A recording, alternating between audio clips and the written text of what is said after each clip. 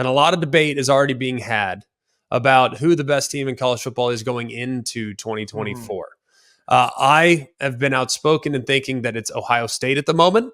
I think Georgia's close, but I still think Ohio State has a few more answers on both sides of the ball, given some of the departures that Georgia lost on offense with Ladd McConkey and Brock Bowers being gone. So looking at those two teams and sizing them up, who right now heading into the summer would you have at number one and who would you have at number two?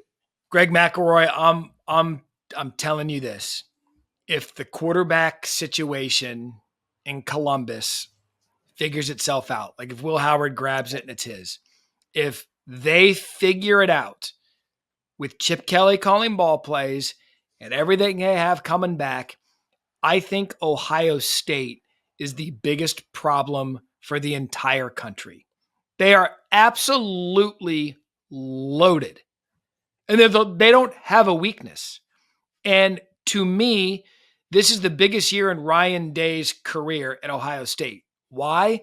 Because he finally ceded the play calling control to a guy, by the way, who left a head coaching job at UCLA. Why? Because he just wanted to be a coach. And he didn't want to fundraise and deal with all the BS that's going on and shake hands and kiss baby. He wanted to just go call ball plays. And so now you get a guy that's ready to prove something, who's a really, really good offensive mind. You bring him in with that kind of talent. Ryan Day now adopting the CEO approach. He's lost to Michigan 3 straight years. The Harbaugh situation's gone from Ann Arbor. They lost a ton of talent off a team that just won the national championship. Based on that and everything coming back, I'm just telling you that Ohio State is top to bottom, and I think it's by a pretty decent margin, the best team in the country as we go into summer. Now, Georgia's Georgia, they reload. That's what they do. That's what they've done. That's what Kirby Smart has. He's got the quarterback coming back. He did lose Ladd McConkey. He did lose Brock Bowers, as you said, but they're always going to have talent. But just based on everything that Ohio State's done this offseason, I don't know how you don't look at them and be like, that's a damn good football team.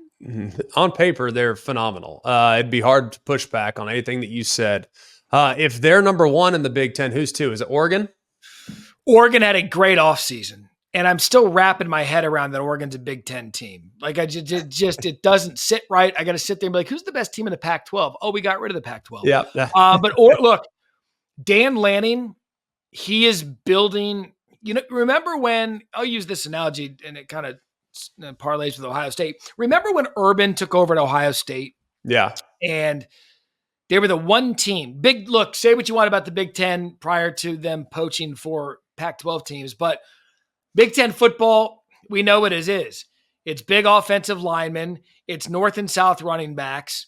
It's a different style of football. Well, when Urban got there, he was the one coach that from the Big Ten was still going down to Texas and getting players and was still going down to Florida and getting players because of his relationships when he built the dynasties at Florida. He coached Ohio State to be an SEC team in the North. And Dan Lanning's doing a similar thing at Oregon. He's a guy that has ties all over the country and is building a type of school and a type of program where he's selecting.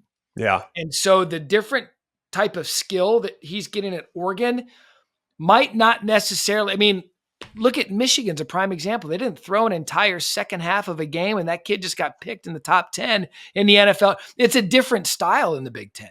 Right. Lanning's building an SEC type program at Oregon. And so I think they're going to come in. Candidly, what's today's date? May 6th. I haven't studied everyone's schedule yet, but you look top to bottom. Who other than Ohio State would give Oregon a problem? Michigan loses a lot of guys, right? Michigan State, year one for them. New coach, Jonathan Smith. How's that going to work out? Hard to say. Penn State, James Franklin, they're a perennial 10-2. How's that going to work out? Hard to say.